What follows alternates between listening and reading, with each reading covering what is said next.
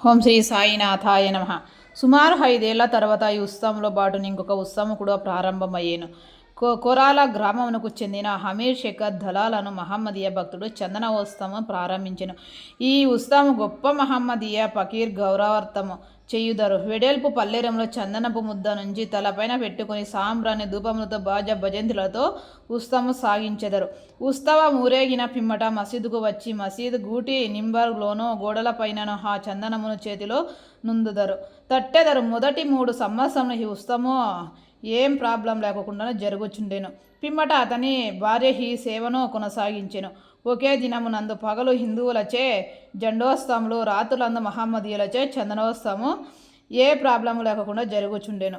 ఏర్పాట్లు: షిరిడీలో జరుగు శ్రీరామనవమి ఉత్సవము బాబా భక్తులకు ముఖ్యమైనది. పవిత్రమైన భక్తులందరూ వచ్చి ఈ ఉత్సవంలో పాల్గొనచుండిరి. బయటికి ఏర్పాట్లు అన్నీ తాతే కోతే పటీల్ చూచుకొనేటి వారు. ఇంటి లోపల చేయవలసినవన్నీ రాధాకృష్ణమయ్యను భక్తురాలు చూచుచుండెను. ఉత్సవ దినములో ఆమె నివాసము భక్తులతో నిండిపోయేది.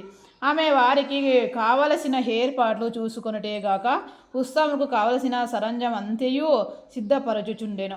అంతేకాదు స్వయముగా ఆమె మసీదుకు శుభ్రపరిచి గోడలకు సున్నము వేయుచుండెను.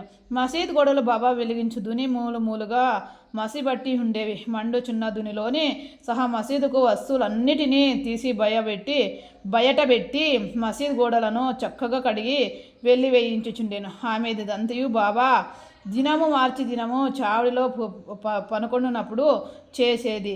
ఈ పనిని శ్రీరామనవమికి 1 రోజు ముందే పూర్తి చేయుచుండెను. పేదలకు అన్నదానమని బాబాకు చాలా ప్రీతి. అందుచే ఈ ఉత్సవ సమయమందు అన్నదానము విరివిరిగా చేయుచుండిరి. భోజన పదార్థములు మిఠాయిలు రాధాకృష్ణ ఇంటిలో విస్తరముగా వండబడేవి. అనేక మంది సంపన్నులై సాయి భక్తులకు స్వచ్ఛందముగా పూనుకొని ఈ సేవలో పాల్గొనుచుండేవారు. ఓం శ్రీ సాయినాథార్పణమస్తు. శుభమో భవతు. ధన్యవాదములు.